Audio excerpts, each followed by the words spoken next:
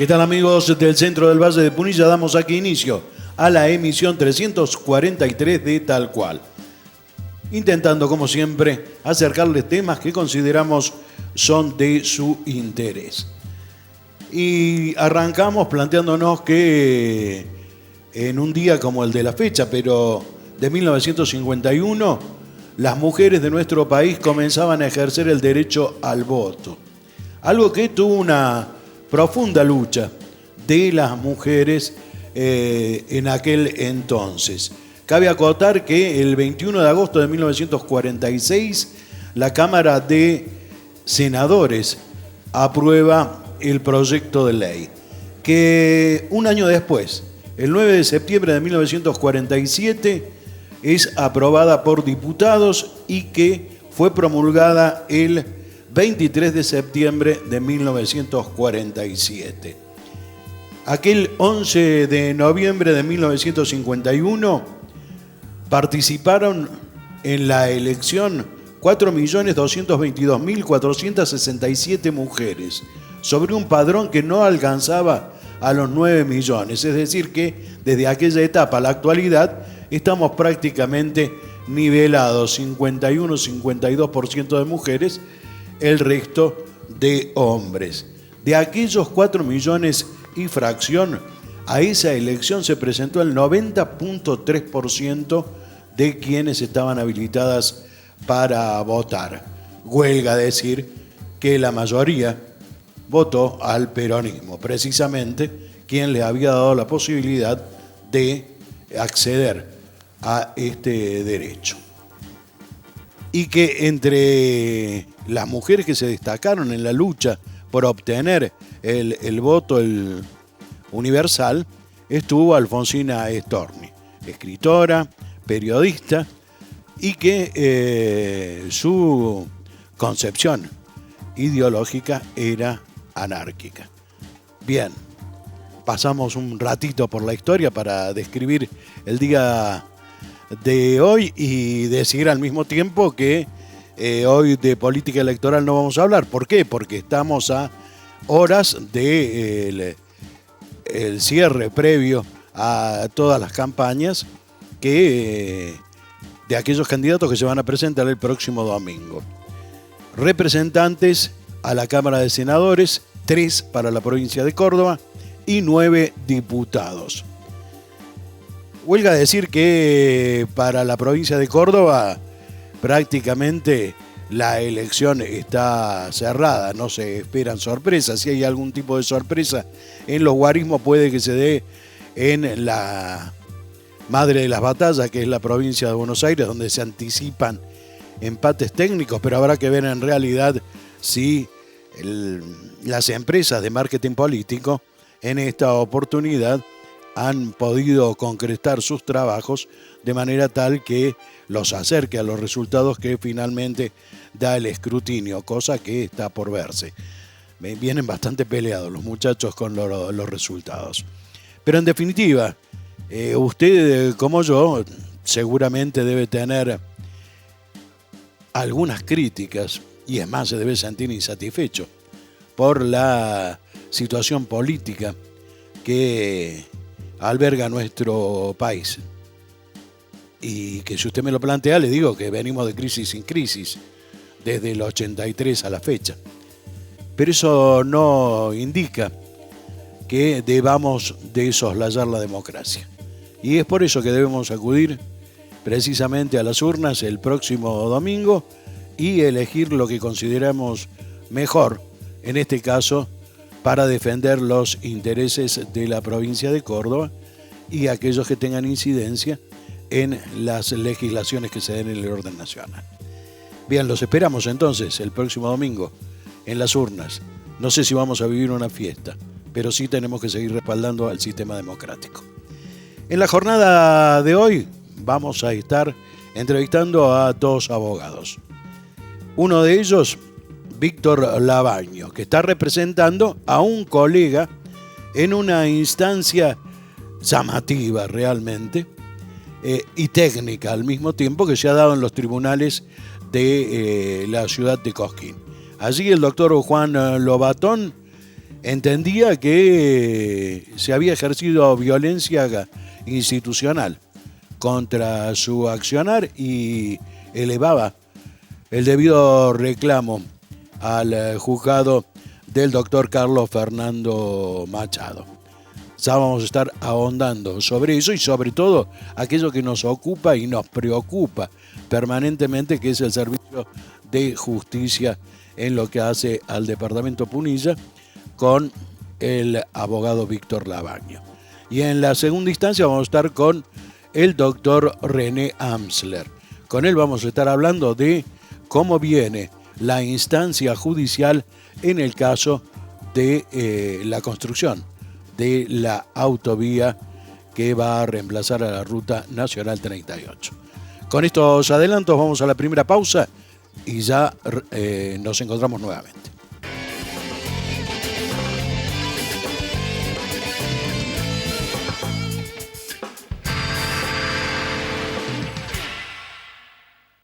¿Tenés sed? Agua Soda Palotti. Calidad superior lograda con experiencia y trayectoria.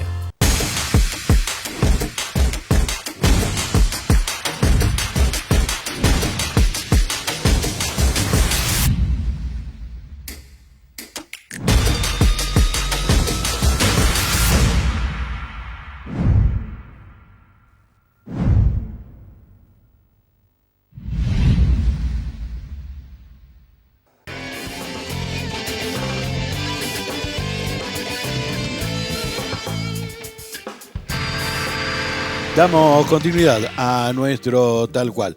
Y como anticipábamos, comúnmente el vecino del Valle de Punilla tiene sus críticas con respecto al servicio de justicia. Hay una serie de situaciones que llevan a esa instancia. Pero lo llamativo es que de repente, desde adentro mismo de ese mecanismo y sistema que tiene la justicia, un abogado confronte con el tribunal y que lo haga por una cuestión que para nosotros es técnica. Y digo que es técnica porque no todos conocemos cómo se realiza el sistema de justicia. Vamos a tratar de esclarecerlo sin lugar a dudas con el aporte de Víctor Labaño, que precisamente está representando al doctor Juan Bautista Lobatón, que es quien planteó una cuestión de violencia institucional en el juzgado que lleva adelante el juez Carlos Fernando Machado. Víctor Labaño, muy buenas tardes, ¿cómo le va? ¿Qué tal? Un gusto, realmente un placer estar aquí, he estado alguna otra vez. Tenemos una relación larguísima con Nicolás y también, que perdóname que lo voy a decir, felicitarlos por esa continuidad, por los 300 y pico programas, es una maravilla.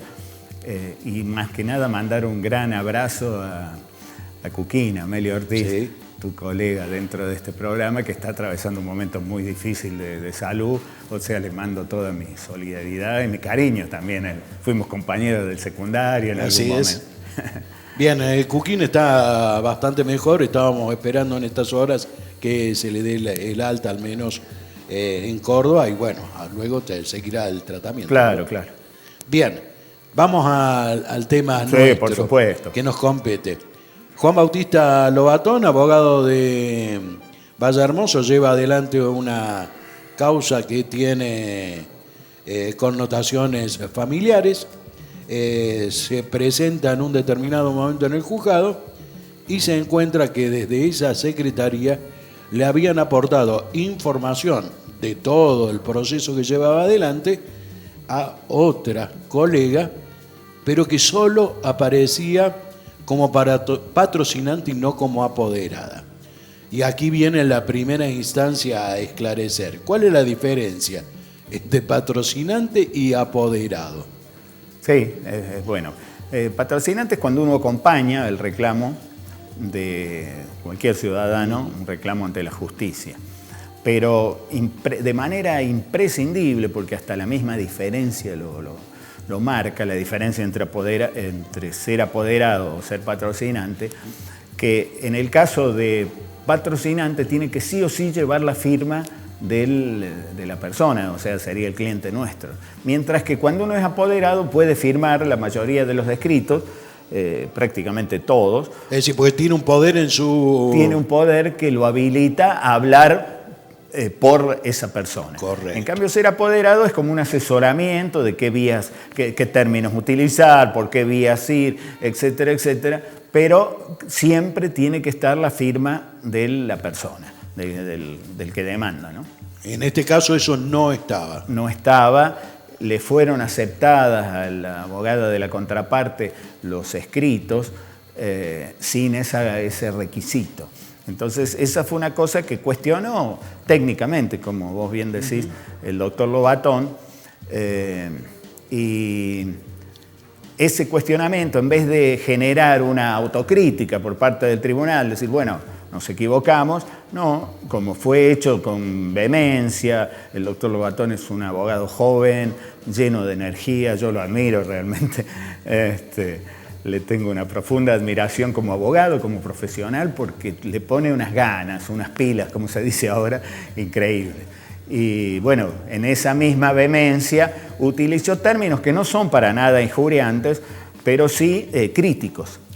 Está bien. Sí. Es decir, en ese marco, el juez Machado interpreta que, o admite en alguna medida el error, lo admite el error, pero se confronta precisamente con Lobatón, porque Lobatón en su reclamo había calificado la actitud como llamativa y repudiable. Claro. Esta es la discusión de fondo, en definitiva, que va a provocar otra cuestión, que es que el juez le dice que la próxima vez que se dirija en esos términos va a elevar una instancia ante el Tribunal de Disciplina del Colegio de Abogados de Córdoba.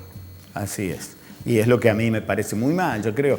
Hablo con mucha tranquilidad respecto a este tema, que es crítico al accionar del doctor Machado, porque hace muy poquito, y en el mismo medio de ustedes, yo hablé muy bien de una sentencia de él. O sea que considero que es un buen juez, pero que está tal vez imbuido de algo que es el espíritu de, yo diría, los tribunales de Cosquín. Yo me atrevo a decir que se limita a Cosquín. Es increíble el comentario entre los profesionales, cómo cambia el trato, cómo cambia la consideración al profesional en los tribunales de Córdoba respecto a Cosquín. Cosquín hay una especie de subestimación hacia el trabajo nuestro y como hasta lo indica el escrito que acabas de citar vos, es una cuestión paternalista, ¿no? El juez le dice, portate bien, más o menos así. Es una falta de respeto profesional. Nos tienen que tratar como un igual, realmente. La ley misma lo marca, la ley que rige el comportamiento de los abogados. En alguna parte dice, los abogados en el ejercicio de su función deben ser tratados como si fueran magistrados. O sea que nos equiparan a los jueces en el ejercicio de la profesión. Entonces está mal, me parece a mí, que un juez se dirija de esa manera, paternalista, como dije recién, diciéndole portate bien, porque si no, como aquello de la chancleta de nuestra madre, ¿no? Si no, mirá lo que te espera, ¿viste? Bueno, eso que es hasta risible.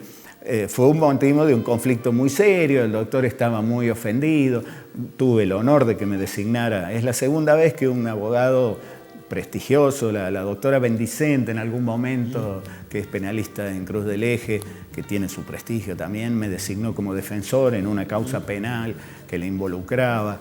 Me honró muchísimo y ahora me honra el doctor Lobatón haciéndome como su vocero de alguna forma y en caso de que llegue a una instancia superior, que haya una denuncia, bueno, representarlo jurídicamente.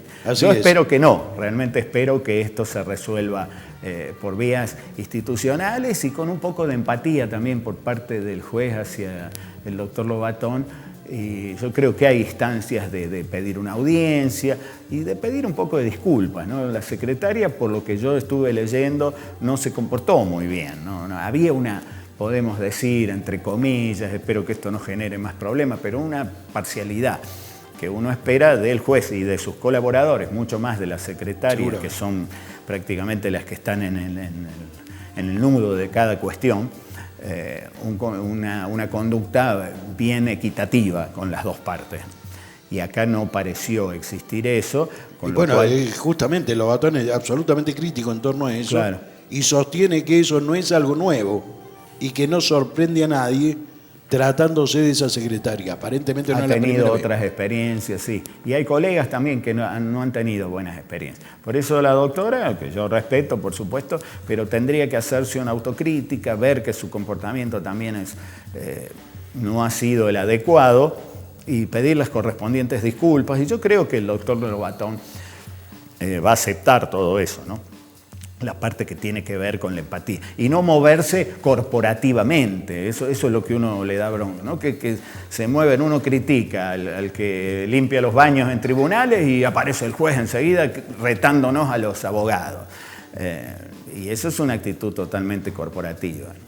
Bien, este es el caso en concreto, la intervención que está teniendo en representación Víctor Labaño es por lo expuesto en la actualidad ante el Colegio de Abogados de la circunscripción de Punilla. Claro.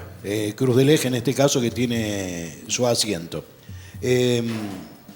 Esperemos que no se ahonde y que no llegue a otros niveles. De todas maneras, aquí hay que, al menos de lo descrito, yo colijo que el juez está aceptando el error, y en función de lo cual, más allá de su discusión sobre algún término en cuestión que él considera agraviante o agresivo, sería oportuno, tal como usted dice, sentarse a dialogar sobre el respecto. Y más que nada, buscar la forma de que esa actitud de la secretaria no haya generado un beneficio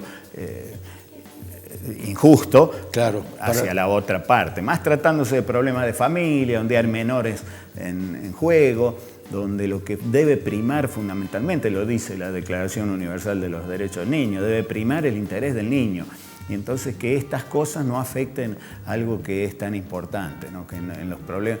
Para mí todo el foro de familia debiera moverse alrededor de la empatía, ¿no? Contra todas las partes. Uno entiende los intereses, hay madre, padre, la madre tiene un interés, el padre tiene otra, justamente ahí está la función del juez, y que debe promover en nosotros los abogados que nos comportemos en el mismo sentido y no ponerse, como hubo aparentemente en este caso, de un lado o de otro.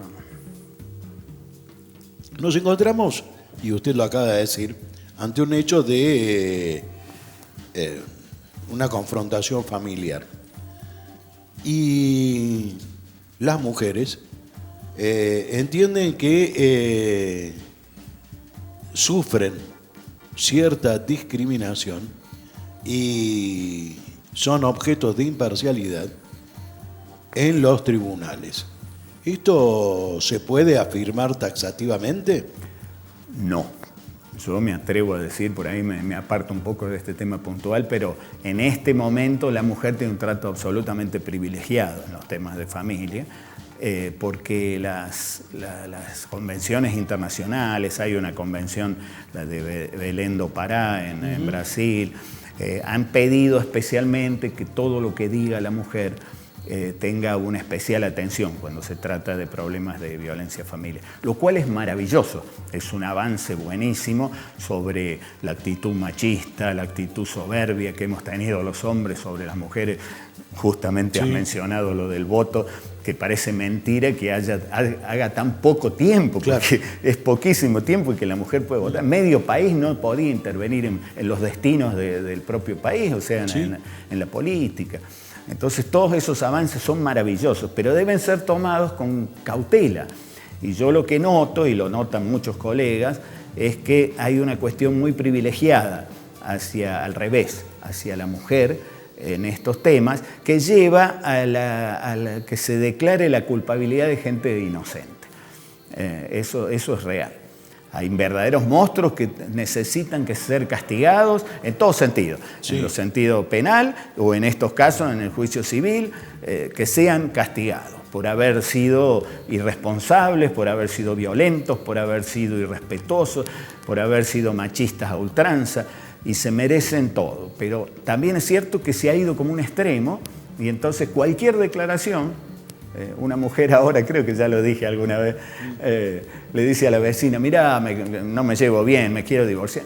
No te divorcies, ¿qué le va a pagar esa plata que te pide el doctor Labaña para un divorcio? No gastes, andá y denuncialo por violencia familiar. Y entonces va la policía y la señora le dice, no, pero ¿qué lo voy a...? Si nunca me pegó, nunca me... No, pero vos decís que sí, le dice la vecina, ¿no? Es muy triste, pero está pasando eso. Y hay también una cuestión que le reclamamos a los funcionarios judiciales, que sean ecuánimes, que traten de no dejarse llevar por la moda, que es la defensa de la mujer, muchos planteos ultrafeministas, le llamo yo, que van más allá de la defensa de sus derechos y al contrario, quieren pasar por sobre el hombre, ¿no? Y entonces en este momento yo diría que es al revés. Y bueno, tiene que cambiar, como todo, la balanza en algún momento se equilibra. De todas maneras, las mujeres siguen sosteniendo esto, y que incluso son revictimizadas en el tratamiento que realiza la justicia. Pero bueno, usted decía, no sé si puntualmente denominarlo como moda, pero es uno de los temas que se han incluido en los últimos tiempos y que indudablemente, por tener un peso legal nuevo, también debe, supongo, generar este tipo de inconvenientes. Pero volviendo al tema que nos entra y a la preocupación ciudadana, ¿en qué condiciones realmente están tribunales como el de Cosquín para soportar la carga de expedientes que se abren día a día y poder dar resolución a los mismos? Y sí, indudablemente la justicia tiene sus carencias. Ahora hay algo que es cierto, en algún momento salió una estadística en la provincia y el Tribunal de Cosquín era el que más personal tenía respecto a la cantidad de causas, no sé si recordarás, surgió. O sea que no es una excusa absolutoria, como se dice en términos penales. Si bien es verdad que condiciona, utilizaste la palabra adecuada, los jueces están muy saturados. Bueno, Cosquín mismo tiene 2 jueces que además deben atender los temas penales, porque hace varios años se jubiló el doctor Prémoli, un gran juez, aprovecho para decirlo, que además es muy respetuoso del trabajo de los abogados.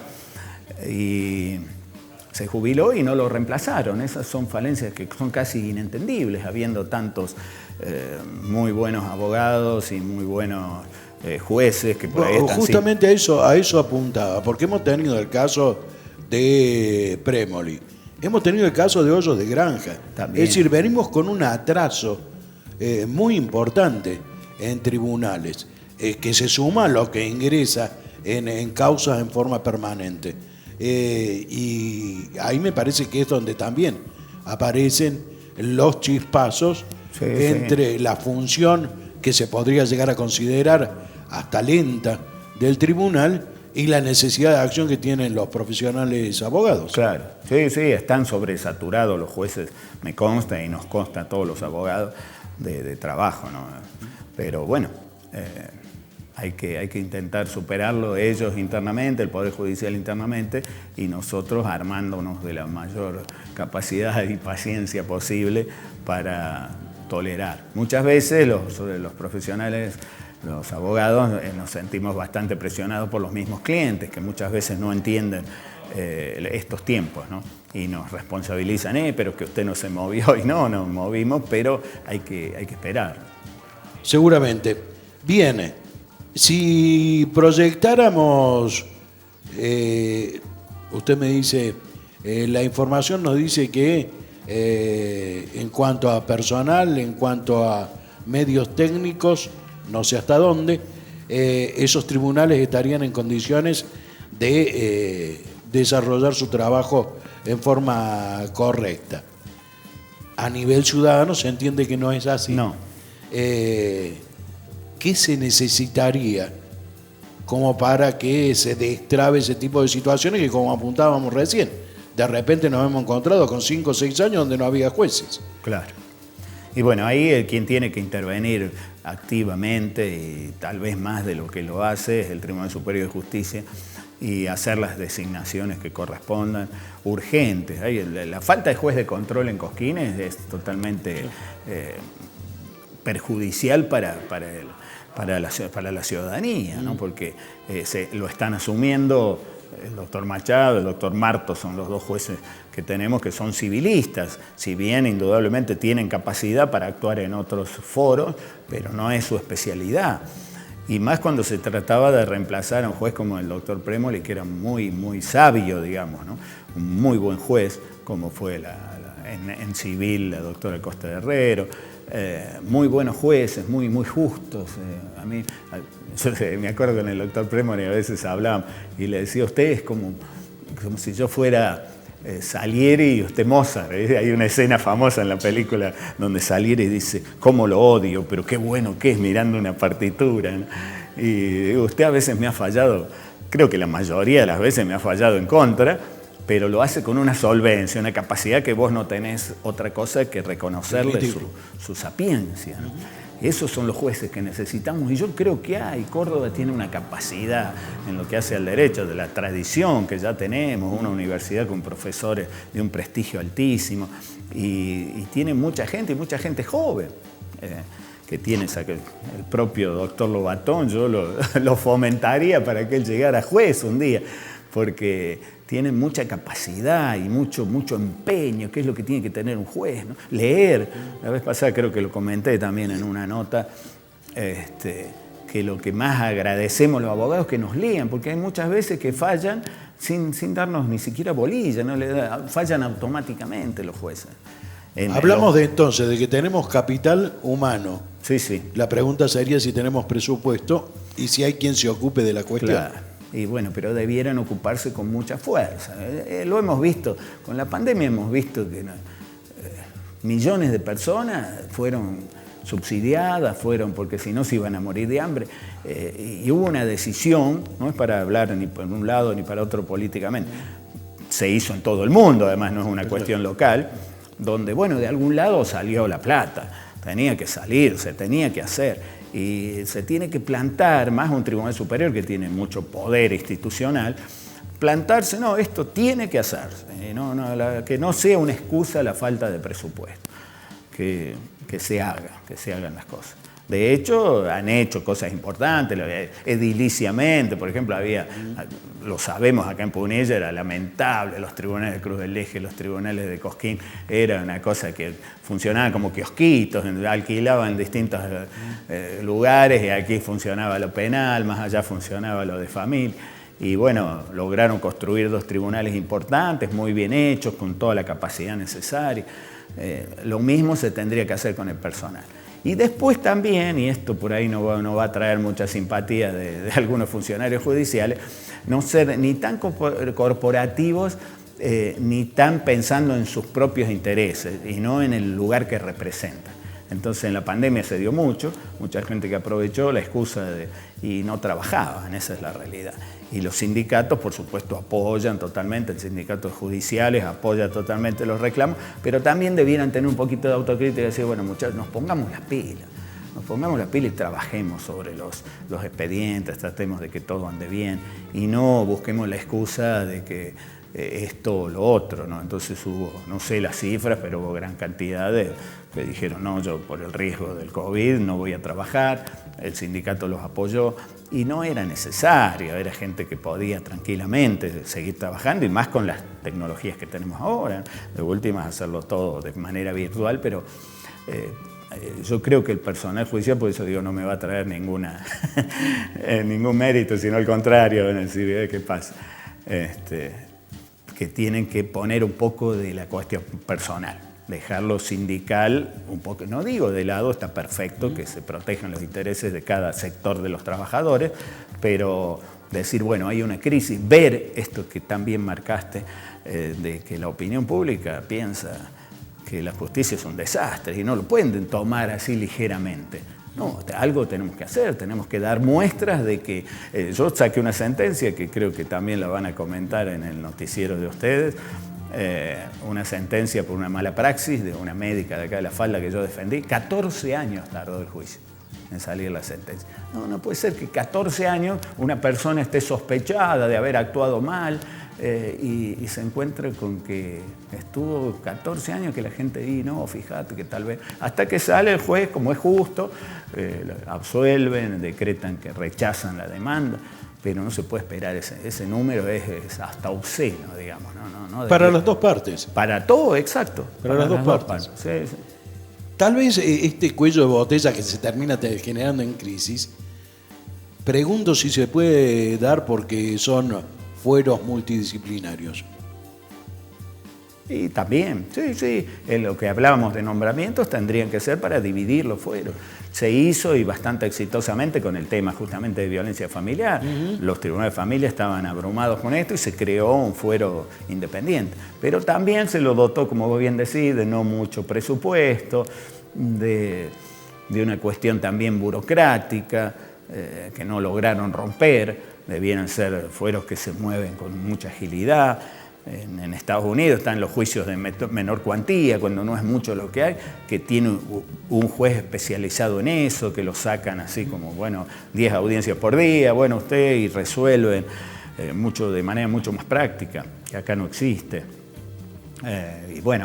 Hay varios, y yo creo que cualquier cosa que diga yo es sobreabundante, porque ya lo dijeron mucha gente y gente mucho más capacitada que yo. Porque yo por ahí de los manejos internos de la justicia nunca transité por el otro lado del mostrador. Entonces, y hay mucha gente que ha hecho propuestas muy interesantes y que caen en saco roto por vaya a saber qué. Eso es la Argentina, ¿no? Vaya a saber qué. Hablamos de crisis de la justicia y también de representatividad dentro de quienes componen el sistema. Días pasados se conocía la sanción a alguien que fue presidente del Colegio de Abogados de Cruz del Eje. Y la gente decía, mira, ¿cómo yo voy a confiar en una persona de estas características? Claro. ¿Qué decir al respecto? Y es un tema muy delicado y la gente tiene razón, es verdad. No, hay cosas que debieran y en su momento. Yo creo que el doctor Barrio Nuevo, si mal no recuerdo, debió haberse apartado en el acto de sus funciones ante la sospecha, ¿no? Si a mí me pasa, me va a doler mucho, porque por ahí es injusto, por ahí es una acusación que no es cierta.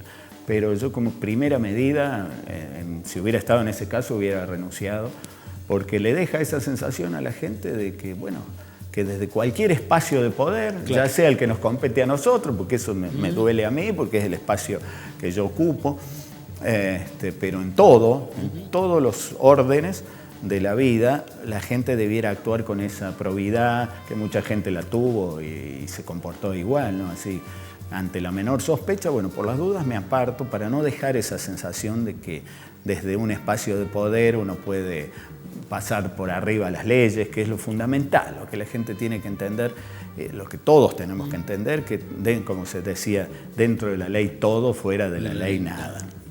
Sí, lo primero que siente el ciudadano es sentirse absolutamente abandonado por el propio Estado. Y es así. Es así. Yo también lo he dicho muchas veces, las dos justicias, o sea, la justicia para los pobres y la justicia para los ricos. Y eso es real y sigue existiendo.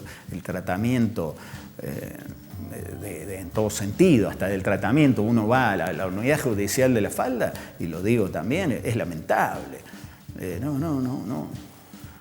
Un trato así, espera afuera, espera. Yo vi en pleno invierno, con la pandemia, que no se podía entrar, la comisaría de La Falda, donde funciona la unidad judicial, tiene una salita de espera, pero no se podía entrar. Entonces mujeres embarazadas, con 10 grados bajo cero, esos inviernos crudos que tuvimos, esperando afuera. No, eso es lo que yo digo, la empatía. Ahí tendría que haber salido, por favor señora, pase, por lo menos a la embarazada, a los demás que esperáramos afuera. Pero hay cosas que van más allá, que tienen que ver con lo humano, ¿no? Y una de las fundamentales, yo por eso amo mi profesión, porque tiene que ver con una de las cosas clave, lo que tiene que ver con la convivencia social. Seguro. Las leyes están para eso, ¿no? Pero tienen que ser hechas por hombres, no por máquinas. Y la pandemia fue una cosa terrible en ese sentido, ¿no? Bueno, acá está el decreto. Yo critiqué, por ejemplo, la Secretaría de Señalo así, porque está acá cerquita la Secretaría de Trabajo, con unos carteles que decía, si usted viene a hacer un reclamo, entre en la página web, en el link. Y iban las pobrecitas señoras que trabajan de servicio doméstico, que han nacido y se han criado en Piedras Grandes, y leían web, link, no entienden nada. Eso es denegación de justicia, es así. Uno tiene que ponerse las pilas. Una señora en la puerta del tribunal de Cosquín un día, la fiscalía, me dice, la fiscalía no tenía ni idea, pobrecita. Y me contó su drama, que tenía un hijo que la paliaba y le sacaba la plata del monedero para ir a comprar droga. Una cosa terrible. Una señora que parecía doña Jovita, así toda. Y nadie que la atienda. Que la escuche con cariño. Eso es lo que necesitamos. A eso apuntaba de lo que dicen los sectores que defienden los posicionamientos de la mujer, que se están dando situaciones de ese tipo. Sí, sin falta. Sí. Y bueno, lo que pasa es inconstitucional. Yo estoy esperando la oportunidad, porque a veces los abogados nos limitamos por los intereses del cliente. Seguro. Yo meto un recurso que demora la causa un año, estoy perjudicando al cliente. Pero en el caso del servicio doméstico, el servicio doméstico tiene la obligación de hacer previamente a la denuncia judicial el trámite administrativo. Solo el servicio doméstico. Claro. No hace falta ser abogado para darse cuenta la tremenda desigualdad y discriminación que eso significa. Y está el principio sagrado de la Constitución de la igualdad ante la ley. Todos somos iguales. Y sin embargo, los más desprotegidos, porque por ahí el servicio doméstico debe ser el más desprotegido de todos los sectores de trabajadores, le piden una condición que no le piden a cualquier otro trabajador. Y son cosas que uno las ve y no es que uno sea un brillez, son sentido común. No hace falta ningún título ni ningún estudio para darse cuenta que todo lo que significó la tecnología, a mucha gente no le llega. Entonces hay que ser cauto, ¿no? Absolutamente. Doctor Labaño, le agradezco la visita. Y vamos a seguir con estos temas de cerca. Seguro, muchas gracias. Siempre me tienen la paciencia. Pero bueno, tratamos de decir cosas que puedan ser interesantes para la sociedad, que tanto lo necesita. Seguro. Nosotros vamos a la pausa, enseguida retornamos.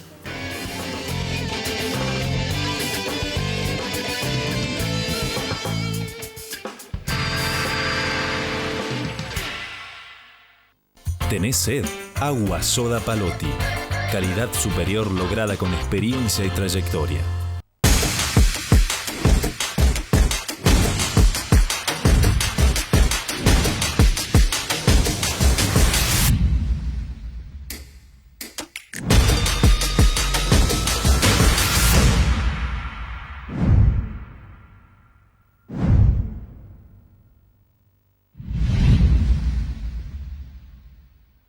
La Cooperativa de la Falda informa nuevo servicio de desagües cloacales.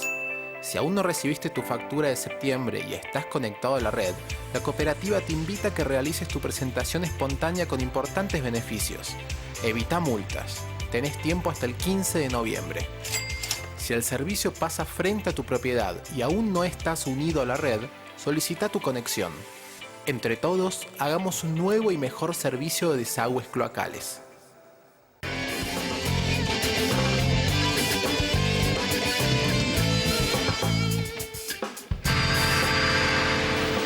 Bien, damos continuidad a nuestro tal cual. Y como anticipábamos, estamos en este caso con el doctor René Amsler. Precisamente uno de los profesionales que, como ambientalista que también está trabajando en la discusión con respecto a la autorización, a las licencias que se requieren para la construcción de la autovía que reemplazaría a la Ruta Nacional 38. René Amsler, muy buenas tardes, ¿cómo le va? Buenas tardes, muchas gracias, como siempre, por la invitación. Bien, uno de los hechos más destacados que se han dado en los últimos días ha sido una nueva movilización en torno a la discusión que tiene este problema. Sí, hay una seria discusión porque el problema es, creo yo, que el gobierno de alguna manera viene avanzando como si fuera que tiene una absoluta licencia y permiso para hacer una obra que evidentemente no tiene licencia social, hubo una audiencia pública dentro de un proceso de evaluación de impacto ambiental, convocada por la Secretaría de Ambiente de Córdoba, en la cual el 90% votó y fundamentó en contra del proyecto con fundamentos amplios, de todo tipo, diversos, que no fueron tenidos en cuenta a la hora de otorgar la licencia, es decir, 1 mes y medio después de esa audiencia, que duró a la vez 1 mes y medio, tuvo 1 mes y medio de duración, la audiencia más larga imaginada con temas ambientales en la provincia de Córdoba. Sacan la licencia como si nadie hubiera hablado, se autodan la licencia porque el gobierno de Córdoba fomenta de alguna manera la obra. De hecho, el gobierno de Córdoba figura como la proponente de la obra en los estudios de impacto ambiental. Hasta ese error han tenido en esos estudios que realmente han sido de alguna manera criticados muy en profundidad, en cada detalle. Los estudios de impacto ambiental que son muy débiles para justificar una obra semejante y sobre todo para justificar los daños que va a generar y cómo mitigarlos. Todo esto termina en la consideración de una obra ilegal. Nosotros presentamos también con la colega, la doctora Marcela Fernández, que venimos trabajando juntos desde el 2017, haciendo los mismos planteos sobre la ilegalidad de las obras que están sosteniendo. Y el 15 de septiembre se hizo una nueva presentación, ya se había hecho una anteriormente, el 8 de abril, previo a la audiencia, pidiendo precisamente que se anule la audiencia, porque se iba a discutir sobre algo que ya considerábamos ilegal, con muchos errores, con muchas irregularidades fatales, digamos, ¿no?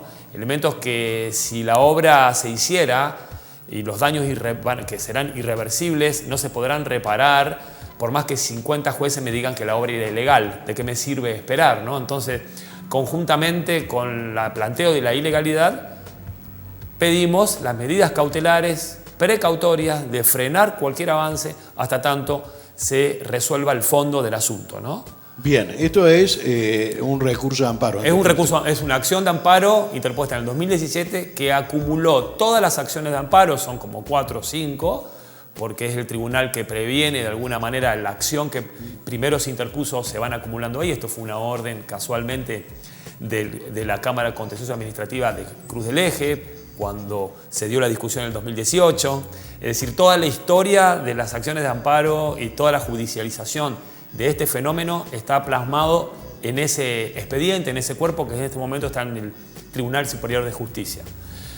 Lo que ocurrió fue que en aquel momento se suspende la obra del 2018 y el tribunal dice, bueno, no podemos dictar ninguna medida porque el gobierno se compromete a presentar otro. Claro, es decir, esa instancia pasaba a ser abstracta. De alguna manera se declaraba abstracto, correcto, por lo tanto, bueno, continuaba el gobierno, en lugar de ponerse a trabajar el gobierno en generar un proceso participativo, en una evaluación ambiental estratégica, que es lo que sostenemos y sostuvimos siempre nosotros, ¿no?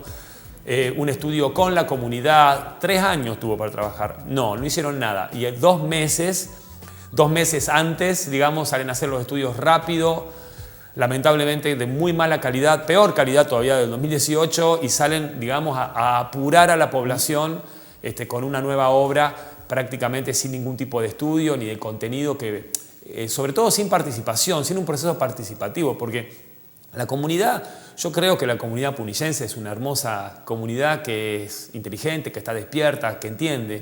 No hace falta ir a los pechazos, digamos. Se puede perfectamente generar procesos participativos saludables. Quizás no resultará en una autovía de esta naturaleza, pero podría resultar en una obra que sea como mínimo amigable, ¿no? Evidentemente esta no lo es, por eso hoy saturaron de policías en Vialema C, al simple efecto de que Camino de las Sierras hiciera las mediciones. La verdad que preocupa que el gobierno se tenga que manejar de esta manera y queremos imaginar que no van a hacer una obra rodeada de policías. Una obra vial es una obra que debe ser empática con su población, por la población que va a atravesar precisamente. Esto no lo dicen solamente los ambientalistas, lo dicen las mismísimas manuales como el Mega 2, que son manuales hechos precisamente para los organismos viales a la hora de tomar decisiones acerca de cómo hacer una ruta y por dónde pasar. Ya vemos los efectos que tienen las rutas mal hechas, ¿no? El Cuadrado es un muy buen ejemplo. Sin dudas. Por lo menos la bajada del Cuadrado. De todas maneras, una de las cosas que más me impactó, sin estar directamente vinculado al tema ni conocer técnicamente ni el aspecto que hace a la ingeniería ni al derecho. Lo que más me impactó fue la declaración de la Universidad Nacional de Córdoba, que dijo no estar para nada de acuerdo con la licencia ambiental que se le había acordado. No, por supuesto, es correcto. No solamente la universidad, sino muchos organismos, fundaciones, está muy discutido. Y sobre todo hoy, fíjate que estamos hablando que pasaron 3 años del 2018, pasó una pandemia, digamos. Pandemia que no es más ni menos que el efecto de la intervención, de la intervención del hombre en la naturaleza. Entonces estamos pidiendo desde el llano, ¿no? Y esto también explica por qué tanta gente se acercó a la audiencia y opinó en contra. Entonces, evidentemente la obra como mínimo no es bienvenida. Llama la atención que no tenga mejor idea el gobierno que acompañarse de la policía para hacerlo. El movimiento ambientalista es un movimiento no violento. Se manifiesta, como lo mencionabas vos, el sábado hubo un banderazo. Son manifestaciones de alegría, de dolor también, porque uno está resistiendo cosas que vienen, que se acercan y que realmente duelen, pero a la vez también con alegría, con color, con diversidad y también con inteligencia, con imaginación, y creemos que esas son las formas posibles para solucionar los problemas que se plantean. No aplastándonos, digamos, con una autovía que va a ser un movimiento de 2 millones de metros cúbicos. 2 millones de metros cúbicos es nada más el movimiento de tierra que planean o que pronostican hacer, ¿no? Con los costos económicos que tiene eso, además de los costos ambientales, ¿no? Es decir, un estudio que no ha planteado lo más básico que se debe plantear. De hecho, esto es una clara ilegalidad, lo establece el artículo 24 de la Ley de Protección de Bosque Nativo, ¿no? De Ordenamiento Territorial de Bosque Nativo, 26331, Ley Nacional de Presupuestos Mínimos, es una ley que está por encima de las leyes provinciales. Ese artículo establece claramente que cuando se va a desmontar zona roja de bosque nativo, se deben hacer una serie de estudios que no se han hecho en lo más mínimo, sobre todo un estudio de impacto ambiental acumulativo, que significa exactamente cuál va a ser el efecto, no solamente de la obra en sí, que es lo único que parece abarcar los estudios que ha hecho el gobierno, sino también en el tiempo, mediano, corto y largo plazo, porque una autovía no solamente va a significar desmonte y también el impacto en la sociedad, lo que está pasando con el asunto de las expropiaciones, es muy grave. Ya vamos ahí, bueno, pero además de eso, terreno, pero todo ese daño, digamos, es solamente el principio, porque después la autovía significa toda una explosión inmobiliaria, movimientos, afectaciones sobre el agua, sobre los desechos, sobre los vasos. Entonces se va haciendo es como una bomba atómica, digamos, en términos ambientales, y por eso también están resistidos, ¿no? Sobre todo en este momento.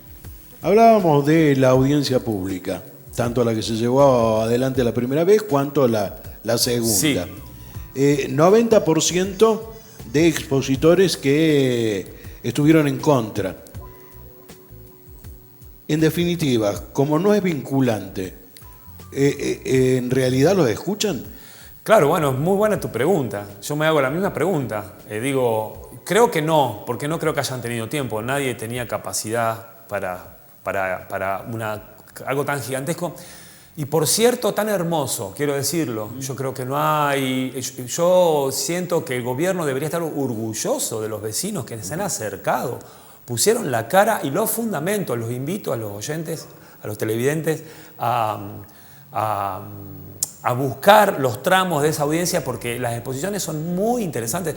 Yo creo que es un material para verlo en la escuela. Cada uno de esos expositores es un pequeño héroe, porque ha salido a defender con sus palabras y con sus argumentos lo que considera que tiene que defender, que es la vida, que es el monte nativo, que es el agua, que es el ambiente, básicamente. Hoy están puestos en discusión, ¿no? En este momento, a muchos kilómetros de acá se está discutiendo a nivel mundial el desmonte cero, digamos, porque ya no se tolera más desmonte de bosque nativo, que lo único que puede amortiguar el cambio climático, que ya es un hecho y que ya debemos empezar a amortiguar porque se nos viene, digamos, ¿no? Vos decías, sí, perdón. No sé por qué el Estado, el gobierno, en este caso la provincia, avanza con los elementos que se le han puesto y le han probado en contra. Exacto. La pregunta, en definitiva, más de no escuchar evidentemente el accionar ciudadano, pasa porque ese accionar ciudadano, dentro de su accionar, ha llevado no tan solo a la causa que ustedes llevan ante el Tribunal Superior de Justicia, sino a presentaciones ante la Corporación Andina de Fomento, que es la que va a poner la plata para que la obra se haga. En ese planteo hay uno de fondo, dice, de acuerdo a lo que me he podido informar, sostiene que esa entidad, para realizar un préstamo, no deben violarse principios ambientales. Y en esa presentación queda absolutamente claro que esos principios se violan y, sin embargo, el crédito sigue estando habilitado. Bueno, creo que no nos sorprende. Evidentemente estamos ante un choque, ¿no?, entre el dinero o la salud. Quienes, digamos, expresan esto, cuando vino la pandemia hablamos de salud, como que hubo una nueva mirada acerca de la salud. Sin embargo, esto, que es lo que garantiza nuestro ambiente sano, que es lo que garantiza la salud nuestra y de las generaciones futuras, no se tienen en cuenta a la hora de recibir dinero.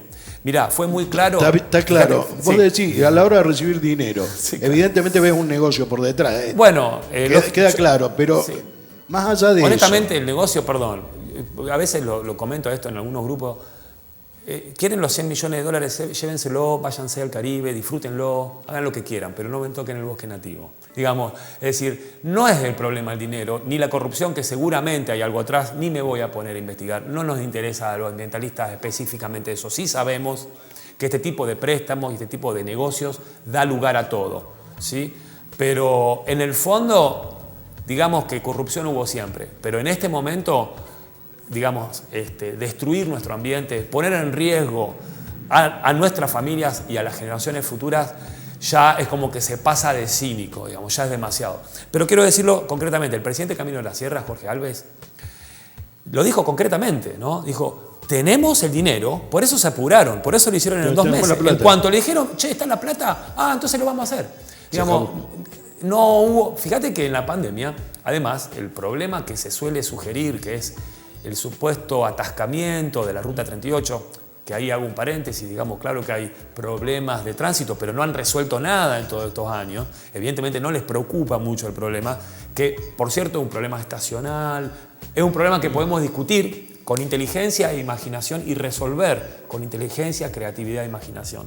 No es para chantarte una autovía y destrozarte el monte y familias enteras para justificar esa plata y ese negocio, digamos. Se puede hacer de otra manera, aún haciendo negocio y dando trabajo a la gente, ¿no? Bien. Entonces, dentro de este marco que evidentemente es muy duro para el ciudadano común enfrentar, sí, nos encontramos con situaciones que se vienen dando que, por ejemplo, Camino a la Sierra ingresa dentro de propiedades privadas y comienza a medir, que se está dando en los últimos días. En los últimos días hubo una presentación sobre valor arqueológico de suma importancia que se perdería en forma absoluta. Es uno de los principales temas, por más que uno no le da la importancia en el día a día, pero uno de los planteos fundamentales de nuestras presentaciones tiene que ver con la falta de consulta previa, libre e informada de las comunidades originarias, digamos, comunidades originarias existentes y vivas, digamos, y que están en el territorio y que lo están pasando por encima como si nada y que se constituyeron en la audiencia pública para decir, che, estamos acá, nosotros nos están teniendo en cuenta. Y hay tratados internacionales que nos comprometen muy seriamente, digamos, esto ya en el mundo es como un tema que no se toca, ¿no? Que no se debe violar. Entonces ya es muy grosero lo que está pasando a ese nivel y por eso sí creo que fue muy interesante las denuncias que están realizando por ese tema, otro grupo, creo que hay gente de las tunas, y también los campesinos, digamos, las familias campesinas, las familias, digamos, de la agricultura familiar. Se rompe mucho, va a haber mucha resistencia y llama la atención la ceguera y la sordera del gobierno que va para adelante como si nada. Como bien decías, hoy se presenta Camino de Sierra, una empresa que es una sociedad anónima, en definitiva. Si bien ellos han sido autorizados para hacer las mediciones, eso no los autoriza a entrar a los inmuebles sin permiso de los titulares. Quiero decir que la empresa está haciendo llamados a los titulares. Me llama la atención que hayan utilizado estos mecanismos. Yo no sé si es para amedrentar, mostrarse fuertes o generar un acto como para disuadir a la población de movilizarse, es decir, esto se hace o se hace, entonces metimos a la policía para que vean lo malos que somos, ¿no? Esto es muy grave, porque los Caminos de la Sierra está comunicándose con los titulares de los inmuebles, está comunicándose con las viviendas, y la gente participa, se viaja hasta malagueño para participar de las reuniones, para escuchar, para firmar, para presentar documentación. Las personas nos están resistiendo de manera, digamos, ciega a esta situación. Están aceptando que el Estado tiene el derecho a expropiar, pero no tiene el derecho a, digamos, a realizar obras ilegales. Acá hay una ilegalidad de fondo y esto es sentido por la población, que tiene que ver con la violación a todas las leyes ambientales y a los procedimientos establecidos ambientalmente. Y vos hablabas, 90% no es vinculante. Yo creo que la vinculatoriedad no puede ser una discusión cuando hablamos del 90%. ¿Seguro? Eso ya es antidemocrático. Tiene una opción el gobierno, que es llamar a una consulta popular, si realmente quieren revertir la situación sobre la democraticidad, digamos, de este elemento. Sin embargo, no lo hace.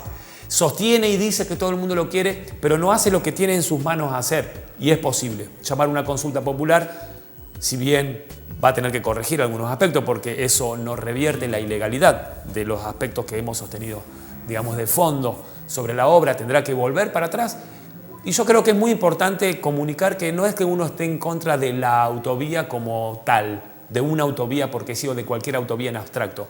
Estamos en contra, nos oponemos y denunciamos este proyecto en concreto por todas las irregularidades que tiene. Tengan en cuenta nomás que lo hicieron en 2 meses, con eso al proyecto, ¿no? Para una autovía que va a tener o tendría 40 kilómetros. René Albler, le agradezco la visita y seguramente estaremos ampliando en los próximos programas. A ustedes, Nicolás, muchísimas gracias. Bien, y nosotros con esto llegamos al final. Nos encontramos la semana venidera. Hasta entonces.